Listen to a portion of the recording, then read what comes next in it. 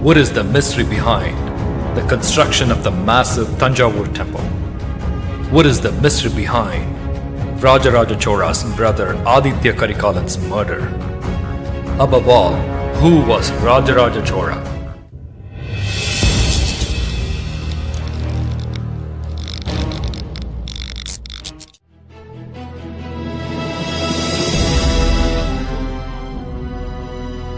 Rajaraja Chola I is the single most valiant and famous Tamil king of all time. Over the history of Tamilagam, Chola kingdom's capital moved from Kaveri Pumbattinam to Urayur to Thanjavur.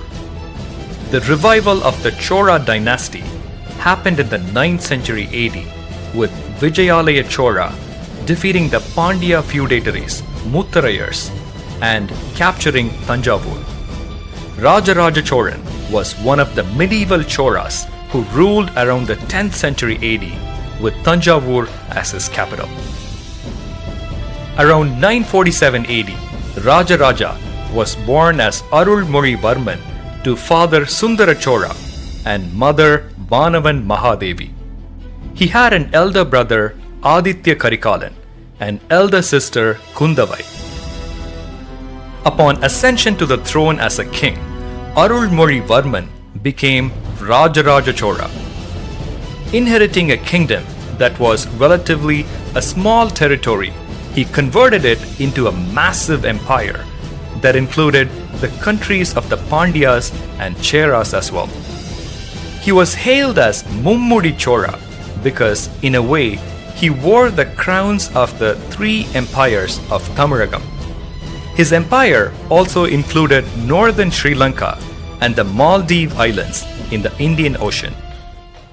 The ascension of Rajaraja to the throne came after many interesting twists and turns.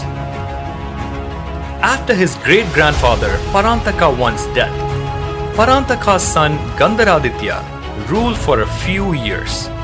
However, after his death, his son Uttama could not rule as he was too young to become a king. So Gandaraditya's younger brother Arinjaya started ruling. He died soon after as well. However, the chance to rule did not go back to Uttama. Instead, Arinjaya's son Sundara Chola became the king. Even after Sundara Chola, the turn was not going to go back to Uttama as his son Aditya Karikalan was made the crown prince. But Aditya Karikalan was mysteriously murdered, leaving way for his younger brother Rajaraja to rule. However, Rajaraja chose to step aside for his paternal uncle Uttama to rule. Uttama Chola started ruling, and upon his death, finally in 985 AD, Rajaraja became the king. Sundara Chola, during his rule, defeated the Pandya king Veera Pandya in 2 battles. In the second battle, chasing Veera Pandya, his son Aditya Karikalan beheaded him. The murder of Aditya Karikalan is shrouded in mystery. Was it Uttama Chola who conspired to kill the crown prince so that he could ascend the throne? Or was it an act of revenge by the Pandyas for killing Veera Pandya? Or was it Rajaraja himself behind this? As per the Udayar Kudi inscriptions in today's Kattumannar Koil in Kadalur district, it is clear that the culprits who murdered him were 3 brothers, Soman, Ravidasan and Parameswaran from the Chaturvedi Mangalam village. The murder was plotted in the Pandya kingdom as a revenge for Aditya Karikalan's gruesome killing of Veera Pandya. One of Rajaraja Chola's first major victories was at Kandalur Salai in Virinjam in Kerala. He then continued on to defeat the kings of Venadu, Kollam and Kodungalur and annex these regions in Kerala. He also captured regions of today's Karnataka and Andhra Pradesh, defeating the western and eastern Chalukya kings. After defeating the Pandyas, Rajaraja was hailed as Pandya Kula Shani, and he renamed the Pandya country to Rajaraja Mandalam. Rajaraja Chola had a standing army and navy. His empire was very efficiently organized and administered. He initiated a project of land survey and divided the Chola Empire into 11 provinces called mandalams. And each of the mandalams were divided into smaller Valanadus, which were further divided into nadus. The officers from each Valanadu was responsible for the revenue collection from that area. In a naval expedition, Rajaraja defeated Mahinda V of Sri Lanka and destroyed Anuradhapura, the ancient Sri Lankan capital. He renamed the city of Polanaruva as Jananathapuram and established as the capital of his Sri Lankan province.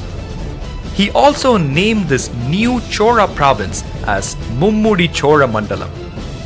He built numerous temples there, including the Vanavan Mahadevishwaram, a Shiva temple named after his queen, which stands strong even this day. Rajaraja Chola constructed the most magnificent Peruvudayar Kovil or Brihadishwara temple of Tanjavur that stands tall since over 1,000 years. But the construction of the temple is an unresolved mystery. The entire temple was built using tons of granite rocks, but Tanjavur does not have a mountain or a rocky hill at least 60 kilometers around it. The magnificent Vimana or the temple tower is 216 feet high, but it was built merely by interlocking the stones without the usage of any building material such as cement. The massive capstone on top of the tower sits on a single block of granite weighing about 80 tons. But how was it placed so high on a hollow tower? It is believed that a really long ramp was laid and the stones were pulled up by fleets of elephants. The temple is nothing but an architectural miracle. Rajaraja Chola sought the help of the priest Nambiyandar Nambi to recover the Shaivite poems of the Bhakti movement from the 7th century and organize them as the Holy Shaivite Anthology, the Tirumurai. There is inscriptional evidence that the Tamil Tirumurais were recited in the Brihadishwara temple since the 10th century. Before Rajaraja's period, Shiva temples only had idols of gods in them, but it was him who first placed the idols of the 63 Nayanmars inside the temples. Ponniyin Selvan, the masterpiece from novelist Kalki Krishnamurthy, revolves around the life of Rajaraja and the mysteries surrounding the death of his brother Aditya Karikalan. Till this day, Rajaraja's life continues to inspire historians, writers, movie makers, and many more. Rajaraja had many children. The most famous among them was Rajendra Chola through his queen Vanavan Mahadevi. He also had a daughter by the name Kundabai. Rajaraja will stand tall in the minds and hearts of people for his massive military achievements and monumental architectural works. Rajaraja Chola